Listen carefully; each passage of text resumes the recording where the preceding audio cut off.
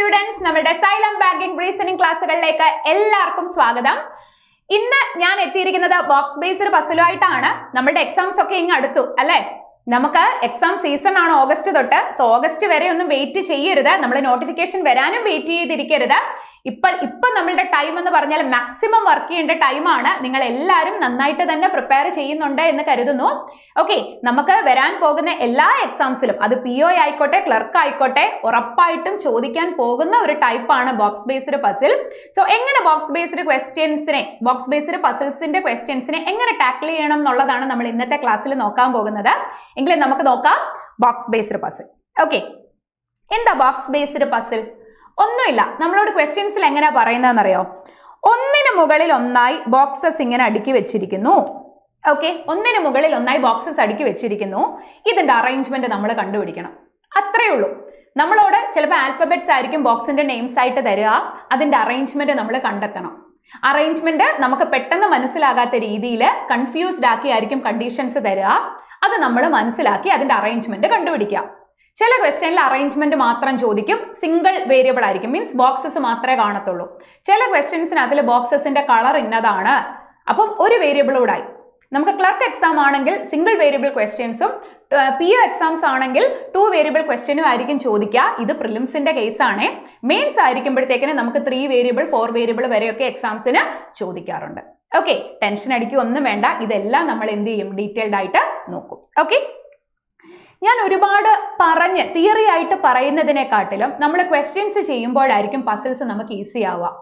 നമ്മൾ കുറേ questions practice ചെയ്യുമ്പോൾ നമുക്ക് ഈ ഓരോ പസിൽസിലും പറയുന്ന കണ്ടീഷൻസ് ഒക്കെ തന്നെയാണ് മാറ്റി മറിച്ചും ഡിഫറെൻറ്റ് പസിൽസിൽ അങ്ങോട്ടും ഇങ്ങോട്ടും വരുന്നത്. അപ്പം നമുക്ക് ഈ കണ്ടീഷൻസ് എല്ലാമായിട്ട് നല്ലൊരു റിലേഷനിലായാൽ നമുക്ക് വേഗത്തിൽ മനസ്സിലാക്കും. അങ്ങനെയാണ് നമ്മൾ ഈ പസിൽസ് 1 മിനിറ്റ് 1.5 മിനിറ്റിലൊക്കെ നമ്മൾക്ക് ചെയ്യാൻ പറ്റുന്നത്. കാരണം ആകെ 20 മിനിറ്റ് മാത്രമേ നമുക്ക് എവിടെ കിട്ടുന്നുള്ളൂ, എക്സാമിന് കിട്ടുന്നുള്ളൂ. ക്വസ്റ്റ്യൻ ആണ് 35. പസിലും സീറ്റിംഗ് അറേഞ്ച്മെന്റൂടെ നമുക്ക് 20 മാർക്കിന് ചോദിക്കാറുണ്ട്. അതുകൊണ്ട് തന്നെ പസിൽസ് വേഗം ചെയ്യേണ്ടത് അത്യാവശ്യമാണ് എന്ന് പറഞ്ഞ് ഇപ്പൊ ആദ്യമായിട്ട് ചെയ്യുന്ന ഒരാളെ സംബന്ധിച്ച് നിങ്ങൾ ആദ്യം തനിയെ ചെയ്യുമ്പോൾ ഒരുപാട് സമയമെടുക്കും. അത് എടുത്തോട്ടെ, അത് കൊടുക്കുക. പക്ഷേ ഡെയിലി നമ്മൾ പ്രാക്ടീസ് ചെയ്യുമ്പോൾ നിങ്ങൾ അറിയാതെ തന്നെ എന്ത് ചെയ്യും, സ്പീഡ് കൂടിക്കോളും. എങ്കിലേ നമുക്ക് ക്വസ്റ്റ്യൻ ചെയ്യാം. നോക്കിക്കേ, എന്താ പറഞ്ഞേക്കുന്നേ? 9 boxes A to I are placed one another such that one box is placed above of another box. ഇപ്പൊ നമ്മൾ തൊട്ട് മുന്നേ പറഞ്ഞതുപോലെ ഒന്നിന് മുകളിൽ ഒന്നായി 9 ബോക്സസ് അടുക്കി വെച്ചിരിക്കുന്നു. 9 ബോക്സസ്, നമ്മൾ എത്ര ബോക്സസ് ഉണ്ട് എന്നുള്ളത് മനസ്സിലാക്കിയിരിക്കണം. ഓക്കെ, ആ ബോക്സസിന്റെ എല്ലാം നെയിം എന്ന് പറയുന്നത് ആൽഫബറ്റ് ആണ്. ഓക്കെ, ബാക്കി എന്താ പറഞ്ഞേക്കുന്നേ? Box D is not placed near to A. ഒരു കാര്യം, ഈ സെന്റൻസ് ഇങ്ങനെ വായിച്ചുകൊണ്ടിരുന്നിട്ട് കാര്യമില്ല. ഓരോ സെന്റൻസ് വായിക്കുക, കണ്ടീഷൻസ് ആയിട്ട് നോട്ട് ചെയ്യുക. എഴുതുവല്ല ചെയ്യേണ്ടത്, സിമ്പിൾസ് യൂസ് ചെയ്ത് നോട്ട് ചെയ്യുക. കാരണം എങ്കിലേ നമുക്ക് എന്ത് ചെയ്യാൻ പറ്റത്തുള്ളൂ, വേഗത്തിൽ മനസ്സിലാക്കാൻ പറ്റത്തുള്ളൂ. ആകെ സമയം കുറവാണെന്നുള്ളത് അറിയാലോ. യെസ്, എങ്കിൽ എങ്ങനെ നമുക്ക് നോക്കാം. D is not placed near to A. D എന്ന് പറയുന്ന ബോക്സിനടുത്ത് ആര് വരാൻ പാടില്ല? A വരാൻ പാടില്ല. ഞാൻ കണ്ടീഷൻ നോട്ട് ചെയ്ത രീതി ശ്രദ്ധിച്ചോ? ഈ കണ്ടീഷൻ നമ്മൾ എങ്ങനെയാ നോട്ട് ചെയ്യുന്നതെന്നൊന്നും ആരും നോക്കാൻ വരില്ല, നമുക്ക് മനസ്സിലായാൽ മതി. നമ്മളുടെ ബോക്സ് ബേസ്ഡ് അറേഞ്ച്മെന്റ് എന്ന് പറഞ്ഞാൽ ഒന്നിന് മുകളിൽ ഒന്നായിട്ടുള്ള വെർട്ടിക്കൽ അറേഞ്ച്മെന്റ് ആണ് നമ്മളുടെ ബോക്സ് ബേസ്ഡ് പസിൽ. എന്ന് പറഞ്ഞാൽ ഈ പറയുന്ന കണ്ടീഷൻ അർത്ഥം ഡിക്ക് തൊട്ട് മുകളിലും തൊട്ട് താഴെയും ആര് വരാൻ പാടില്ല? A വരാൻ പാടില്ല. അതുകൊണ്ടാണ് ഞാൻ ഇതേപോലെ ഇങ്ങനെ റാ വരച്ചെഴുതിയത്. ഒന്നുമില്ല, തൊട്ട് മുകളിലും തൊട്ട് താഴെയും A വരാൻ പാടില്ല. സിംപ്ലി പറഞ്ഞാൽ ഡിയും എയും നെയ്ബേഴ്സ് ആകാൻ പാടില്ല. ക്ലിയർ അല്ലേ? യെസ്. ബാക്കി എന്താ പറഞ്ഞേക്കുന്നേ? G is placed second above of H. എന്താ പറഞ്ഞേക്കുന്നേ? G is placed second above H. Hന് മുകളിലുള്ള രണ്ടാമത്തെ ബോക്സ് ആണ് G. എന്താ പറഞ്ഞേക്കുന്നേ? ശ്രദ്ധിച്ചേ, Hന് മുകളിലുള്ള രണ്ടാമത്തെ ബോക്സ് ആണ് ആര്? G. അല്ലാതെ Hനും Gക്കും ഇടയിൽ 2 ബോക്സ് ഉണ്ട് എന്നല്ല. ശ്രദ്ധിക്കണേ, മെജോറിറ്റി ആസ്പിറൻസിനും കൺഫ്യൂഷൻ ഉള്ള ഒരു സെന്റൻസ് ആണ്. G is placed second above H എന്ന് പറഞ്ഞാൽ Hന് മുകളിലുള്ള രണ്ടാമത്തെ ബോക്സ് ആണ് ആര്? G. ക്ലിയർ അല്ലേ? ഓക്കെ, ബാക്കിയോ? One box is placed between H and C. Hനും Cക്കും ഇടയിൽ ഒരു ഗ്യാപ്പ്.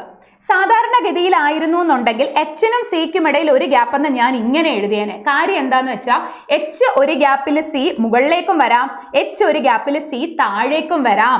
അത് വ്യക്തമായിട്ട് അറിയാത്തത് കൊണ്ട്, മീൻസ് വ്യക്തമായി അറിയാത്ത കേസ് ആണെന്നുണ്ടെങ്കിൽ ഞാൻ ഹൊറിസോണ്ടൽ ആയിട്ടേ കണ്ടീഷൻ എഴുതും. വ്യക്തമായി പൊസിഷൻ അറിയാമെങ്കിൽ ഞാൻ വെർട്ടിക്കൽ ആയിട്ട് എഴുതും, വ്യക്തമായി പൊസിഷൻ അറിയില്ല എങ്കിൽ ഹൊറിസോണ്ടൽ ആയിട്ട് എഴുതും. പക്ഷെ ഇവിടുത്തെ കേസിൽ എച്ച് ഒരു ഗ്യാപ്പിൽ സി മുകളിലേക്ക് കൊടുക്കാൻ പറ്റുന്നുണ്ടോ? ഇല്ല.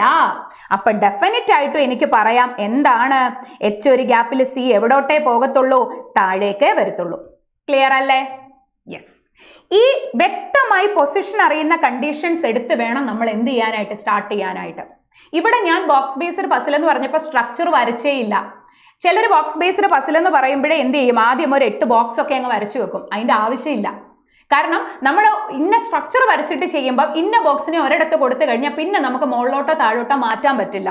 അതിലും നല്ലത് നമുക്ക് തരുന്ന കണ്ടീഷൻസിനനുസരിച്ച് മുകളിലോട്ടും താഴോട്ടും ആഡ് ചെയ്യുന്നതായിരിക്കും ബോക്സ് ബേസ്ഡ് പസിലിന് നല്ലത്. ഓക്കെ. പക്ഷെ ഫ്ലോർ ബേസ്ഡ് ക്വസ്റ്റ്യൻ ചെയ്യുമ്പോഴത്തേക്കിന് നമ്മൾ എന്ത് ചെയ്യും, സ്ട്രക്ചർ വരച്ചിട്ടാ ചെയ്യാം. അപ്പോൾ ഓരോ ടൈപ്പ് പസിലും ചെയ്യേണ്ടതിനൊരു രീതിയുണ്ട്. ഓക്കെ. എങ്കിൽ ബാക്കി D is placed second below B. D എന്ന് പറയുന്നത് ബിക്ക് താഴെയുള്ള രണ്ടാമത്തെ ബോക്സാ. എന്താ പറഞ്ഞേക്കുന്നത്? D is placed second below of B എന്ന് പറഞ്ഞാൽ വെർട്ടിക്കൽ ആയിട്ട് എനിക്ക് ഇങ്ങനെ മാർക്ക് ചെയ്യാം. ബിക്ക് താഴെയുള്ള 1 രണ്ടാമത്തെ ബോക്സ് ആണ് സെക്കൻഡ് ബിലോ എന്നാ പറഞ്ഞേക്കുന്നത്. അല്ലാതെ ബിക്കും ഡിക്കും ഇടയിൽ 2 ബോക്സ് ഉണ്ട് എന്നല്ല. എപ്പോഴും ശ്രദ്ധിച്ചോണം അത്. D is placed second below B എന്ന് പറഞ്ഞാൽ ബിക്ക് താഴെയുള്ള 1 രണ്ടാമത്തെ ബോക്സ് എന്ന് പറഞ്ഞാൽ അവർക്കിടയിൽ ഒരു ബോക്സേ വരത്തുള്ളൂ, അല്ലാതെ 2 ബോക്സ് അല്ല. ബാക്കി എന്താ പറഞ്ഞേക്കുന്നത്? B is placed third below G. എന്താ പറഞ്ഞേക്കുന്നത്? B എന്ന് പറയുന്ന ആള് third below G. ജിക്ക് താഴെയുള്ള എത്രാമത്തെ ബോക്സാ? 3ാമത്തെ ബോക്സാ. എഴുതുമ്പോൾ നമുക്കൊരു ഓർമ്മയുണ്ടായിരിക്കണം നമ്മൾ ഏതൊക്കെ ആൽഫബറ്റിനെ ബേസ് ചെയ്തിട്ടുള്ള കണ്ടീഷൻസ് ആണ് എഴുതിയതെന്ന്. ഇവിടെ ഓൾറെഡി നമ്മൾ എന്ത് എഴുതിയിട്ടുണ്ട്? ജി എഴുതിയിട്ടുണ്ട്. സോ അങ്ങനെയെങ്കിൽ ജിക്ക് താഴെയുള്ള 3ാമത്തെ ബോക്സ് എന്ന് പറയുമ്പോൾ 1, 2, 3ാമത്തെ ആളാണ് ആര്? ബി. ക്ലിയർ അല്ലേ? ഓക്കെ. യെസ്. ബാക്കി condition, not more than 3 boxes are placed between D and A. എന്താ കണ്ടീഷൻ പറഞ്ഞേക്കുന്നത്? ഡിക്കും എക്കും ഇടയിൽ കണ്ടീഷൻ പറഞ്ഞിരിക്കുന്നത് നോട്ട് മോർ ദാൻ 3 എന്ന് പറഞ്ഞാൽ എന്താ? 3ൽ കൂടാൻ പാടില്ല. ആർക്കിടയിലുള്ള നമ്പർ ഓഫ് ബോക്സസ്? ഡിക്കും എക്കും ഇടയിൽ 3ൽ കൂടുതൽ പാടില്ല എന്ന് പറഞ്ഞ ഒരു കാര്യമുണ്ട്. എന്താ കണ്ടീഷൻ? എനിക്ക് ഇങ്ങനെ എഴുതാം, less than or equal to 3 എന്ന് പറഞ്ഞാൽ 3ൽ കൂടാൻ പാടില്ല എന്നേ പറഞ്ഞുള്ളൂ, 3 വേണം എന്നല്ല പറഞ്ഞേക്കുന്നേ. നോട്ട് മോർ ദാൻ 3 എന്ന് പറഞ്ഞാൽ 3 ആകാം, 2 ആകാം, 1 ആകാം, 0 ആകാം, പ്രശ്നമില്ല.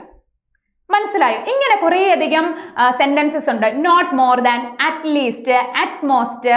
ഇതൊക്കെ നമുക്ക് ആ വ്യക്തമായ ഒരു ധാരണ ഉണ്ടായിരിക്കണം ഈ പറയുന്ന ഓരോ കണ്ടീഷൻസിനെ പറ്റിയിട്ടും. ഇവിടെ ഡിക്കും എക്കും ഇടയിൽ നോട്ട് മോർ ദാൻ 3 എന്ന് പറഞ്ഞാൽ 3ൽ കൂടരുതെന്നേ ഉള്ളൂ. അത് 3 ആകാം, 2 ആകാം, 1 ആകാം, ഇനി ബോക്സസ് ഒന്നും ഇല്ലാതെ ഇരിക്കാം. പക്ഷെ മാക്സിമം എത്രയേ പറ്റത്തുള്ളൂ? 3. അതാണ് ആ കണ്ടീഷന്റെ മീനിങ്. അത് മനസ്സിലാകാൻ വേണ്ടിയിട്ടാണ് ഞാൻ less than or equal to 3 എന്ന് പറഞ്ഞേക്കുന്നത്. ബാക്കി എന്താ കണ്ടീഷൻ പറഞ്ഞേക്കുന്നത്? E is placed above A. E is placed above A. എക്ക് മുകളിലായിരിക്കണം ആര്? എ. മുകളിലായിരിക്കണം എന്നുള്ളതിന് ഞാൻ ഇവിടെ നടുക്ക് ആരോ കൊടുത്തത്. എക്ക് മുകളിൽ ഇ എവിടെ വേണേലും വരാം. ഓക്കെ. തൊട്ടു മുകളിലായിരുന്നു എന്നുണ്ടെങ്കിൽ ഞാൻ ദേ ഇങ്ങനെ കണ്ടീഷൻ മാർക്ക് ചെയ്തേനെ. ഇതിന്റെ കൂട്ടത്തിൽ ഇത് പറയുന്നത് കണ്ടീഷൻസ് നോട്ട് ചെയ്യുന്ന രീതി കൂടെ നിങ്ങളൊന്ന് മനസ്സിലാക്കിക്കോട്ടെ എന്ന് കരുതിയാ. ഓക്കെ. തൊട്ടു മുകളിലായിരുന്നു എന്നുണ്ടെങ്കിൽ ഞാൻ ദേ ഇങ്ങനെ കൊടുത്തേനെ. തൊട്ടു മുകളിലല്ല, എവിടെ വേണേലും വരാം എന്നുള്ളത് കൊണ്ടാണ് ഞാൻ ഇൻ ബിറ്റ്വീൻ ആരോ കൊടുത്തിരിക്കുന്നത്. ക്ലിയർ അല്ലേ? Okay. Then F is placed just below E. എന്താ പറഞ്ഞേക്കുന്നത്? ഇക്ക് തൊട്ട് താഴെയാണ് എഫ്. അതേണ്ടേ ഞാൻ നേരത്തെ പറഞ്ഞ സെയിം കണ്ടീഷൻ നോക്കിക്കേ. F is placed just below E. ഇക്ക് തൊട്ട് താഴെയാണ് ആര്? E. ക്ലിയർ അല്ലേ? ഇയും എഫും തൊട്ടടുത്ത് വരണം. നിങ്ങൾ ശ്രദ്ധിക്കുന്നുണ്ടോ? ഞാൻ മുകളിലെ താഴെ എന്നൊക്കെ പറയുമ്പോൾ വ്യക്തമായി അറിയുന്നതിനെയാണ് ഈ ഹൊറിസോണ്ടൽ ആയിട്ട് എഴുതുന്നത്. ശ്രദ്ധിച്ചോണം. ക്ലിയർ അല്ലേ? ഓക്കെ. ഈ കണ്ടീഷൻ. ഇനി അടുത്തത് ബാക്കി എന്താ പറഞ്ഞേക്കുന്നത്? Not more than 1 box is placed between B and I. ഇത്രേ പറഞ്ഞിട്ടുള്ളൂ. Not more than 1 box. അതായത് നേരത്തെ പറഞ്ഞതുപോലുള്ള ഒരു കണ്ടീഷനാണ് ബിക്കും ഐക്കും ഇടയിൽ എന്താ പറഞ്ഞേക്കുന്നത്, ബിക്കും ഐക്കും ഇടയിൽ ഒന്നിൽ കൂടാൻ പാടില്ല എന്ന് പറഞ്ഞാൽ ഇവർക്കിടയിൽ എത്ര ബോക്സേ മാക്സിമം വരാൻ പാടുള്ളൂ? 1. ബോക്സ് വരണോ നിർബന്ധമൊന്നുമില്ല, മാക്സിമം എത്ര ബോക്സേ പാടുള്ളൂ? 1. ഇത്രയുമാണ് കണ്ടീഷൻ. ഒരു കാര്യം ചോദിച്ചോട്ടെ, ഇതിൽ എവിടെയെങ്കിലും സ്റ്റാർട്ടിങ്ങിലെ പോസിബിലിറ്റി എടുക്കാൻ പറ്റുന്ന ഒരു ക്വസ്റ്റ്യൻ ആയിരുന്നോ? മെജോറിറ്റി ആസ്പിരൻസും പോസിബിലിറ്റിനെ മാത്രമാണ് ഡിപ്പെൻഡ് ചെയ്യുന്നത്. പക്ഷെ അങ്ങനെയല്ല, ചില ക്വസ്റ്റ്യൻസ് നമ്മൾ പോസിബിലിറ്റി എടുത്തിട്ടല്ല, കണ്ടീഷൻസ് നോട്ട് ചെയ്ത് ചെയ്യേണ്ട ക്വസ്റ്റ്യൻസ് ആയിരിക്കും. ഞാൻ പോസിബിലിറ്റി ഒരിക്കലും കംപ്ലീറ്റ്ലി ഒഴിവാക്കാനല്ല പറഞ്ഞത്. ആദ്യമായിട്ട് കേൾക്കുന്നവരുണ്ടെങ്കിൽ എന്താണ് ഈ പോസിബിലിറ്റി എന്നൊക്കെ ഡൗട്ട് ഉണ്ടാകും, പറയാം. So don't worry. ക്ലിയർ? ഇവിടെ നോക്കിക്കേ, ഇതിൽ ഏത് കണ്ടീഷൻ എടുത്ത് സ്റ്റാർട്ട് ചെയ്യും, പസിൽസിനകത്തിൽ ഏത് കണ്ടീഷൻ എടുത്ത് സ്റ്റാർട്ട് ചെയ്യും എന്നതിന് വളരെയധികം ഇമ്പോർട്ടൻസ് ഉണ്ട്. കാരണം നമ്മൾ വ്യക്തമായ അല്ലെങ്കിൽ നമുക്ക് ആ വേണ്ട കണ്ടീഷൻസ്, വേഗത്തിൽ ആൻസർ കിട്ടുന്ന കണ്ടീഷൻസ് എടുത്ത് സ്റ്റാർട്ട് ചെയ്യുന്നതായിരിക്കും എപ്പോഴും ബെറ്റർ. അതെങ്ങനെ തിരിച്ചറിയും? അതായത് നമുക്ക് വ്യക്തമായി പൊസിഷൻ അറിയുന്ന കണ്ടീഷൻസ് എടുത്ത് സ്റ്റാർട്ട് ചെയ്യാം. ഫോർ എക്സാമ്പിൾ ഇവിടെ നോക്കിക്കേ, വേണ്ട ജിക്ക് തൊട്ട് താഴെയാണ് എച്ച്, അല്ല രണ്ടാമത്തെ ആണ് എച്ച്, അത് കഴിഞ്ഞ് ബി, അത് കഴിഞ്ഞ് സി എന്ന് നമുക്കറിയാം. അതെടുത്ത് സ്റ്റാർട്ട് ചെയ്യാം. വ്യക്തമായി പൊസിഷൻ അറിയുന്ന കണ്ടീഷൻസ് ആയിരിക്കണം, മുന്നോട്ട് എനിക്ക് മെർജ് ചെയ്ത് പോകാൻ പറ്റുന്ന കണ്ടീഷൻസ് ആയിരിക്കണം. അങ്ങനെയുള്ള കണ്ടീഷൻസ് എടുത്ത് സ്റ്റാർട്ട് ചെയ്യുന്നതായിരിക്കും ഏറ്റവും ബെറ്റർ. ഓക്കെ? കാരണം അല്ലെങ്കിൽ നമുക്ക് എപ്പോഴും പോസിബിലിറ്റി മാത്രമല്ല നമ്മൾ യൂസ് ചെയ്യേണ്ടത്. എങ്കിൽ ഞാനിപ്പോൾ ഇവിടെ ഈ കണ്ടീഷൻ എടുത്ത് സ്റ്റാർട്ട് ചെയ്യുക, ജിയും എച്ചും ബിയും സിയും. ഓക്കെ, ജി, ഒരു ബോക്സ് ഗ്യാപ്പിൽ താഴെ എച്ച്, അതിന് തൊട്ട് താഴെ ബി, അതിന് താഴെ സി. നമ്മൾ ഇനി നോക്കേണ്ട കാര്യം, ഇവിടെ ടോട്ടൽ ഇപ്പൊ എത്ര ബോക്സ് ആയി? 1, 2, 3, 4, 5 ബോക്സ്. ഇനി എനിക്ക് എത്ര ബോക്സ് കൂടെ ആഡ് ചെയ്യാൻ പറ്റും? കാരണം ടോട്ടൽ എനിക്ക് എത്ര ബോക്സേ ഉള്ളൂ? 9 ബോക്സേ ഉള്ളൂ. 4 ബോക്സ് കൂടെ എനിക്ക് ഇനി എക്സ്ട്രാ ആഡ് ചെയ്യാൻ പറ്റൂ. അതെനിക്ക് ഒന്നെങ്കിൽ മുകളിലോട്ട് വരാം, അല്ലെങ്കിൽ താഴോട്ട് വരാം. കണ്ടീഷൻസിനനുസരിച്ചിട്ട് വേണം നമ്മൾ അത് എടുക്കാൻ. ക്ലിയർ അല്ലേ? ഇനി എടുത്ത കണ്ടീഷൻസ് ഞാൻ അങ്ങ് ഹൈലൈറ്റ് ചെയ്യാം, കാരണം നിങ്ങൾക്ക് ബാക്കിയുള്ളത് ഏതൊക്കെ കണ്ടീഷൻസ് ഉണ്ടെന്ന് അറിയാൻ വേണ്ടിയിട്ട്. ഇനി ഒന്ന് ശ്രദ്ധിച്ചേ, ഇവിടെ വേണ്ട ഒരു കണ്ടീഷൻ ഉണ്ട്. ഇങ്ങോട്ട് നോക്കിക്കേ, ബി ഒരു ഗ്യാപ്പിൽ ഡി, എങ്കിൽ എനിക്ക് എന്ത് ചെയ്യാം? ബി ഒരു ഗ്യാപ്പിൽ ഡി താഴേക്ക് കൊടുക്കാം. ഇപ്പൊ ടോട്ടൽ എത്ര ബോക്സ് ആയി? ടോട്ടൽ നോക്കിക്കേ, 2, 4, 6 ബോക്സ് ആയി. ഇനി എനിക്ക് എക്സ്ട്രാ 3 ബോക്സ് കൂടെ ആഡ് ചെയ്യാൻ പറ്റൂ. ക്ലിയർ അല്ലേ? ഇനി എനിക്ക് കൊടുക്കാനുള്ള കണ്ടീഷൻ, എക്ക് മുകളിലായിരിക്കണം ഇ, ഡിയുടെ അടുത്ത് എ വരാൻ പാടില്ല, ആൻഡ് ഓൾസോ ഡിക്കും എക്കും ഇടയിൽ മാക്സിമം എത്രേ പറ്റത്തുള്ളൂ? 3 ബോക്സേ പറ്റത്തുള്ളൂ. ആൻഡ് ഓൾസോ ഒരു കണ്ടീഷൻ കൂടെ ഇവിടെ ഉണ്ട്, ബിക്കും ഐക്കും ഇടയിൽ മാക്സിമം എത്ര ബോക്സേ പറ്റത്തുള്ളൂ? 1. ആൻഡ് ഓൾസോ ഇയും എഫും എന്തായിരിക്കണം? അടുപ്പിച്ചായിരിക്കണം.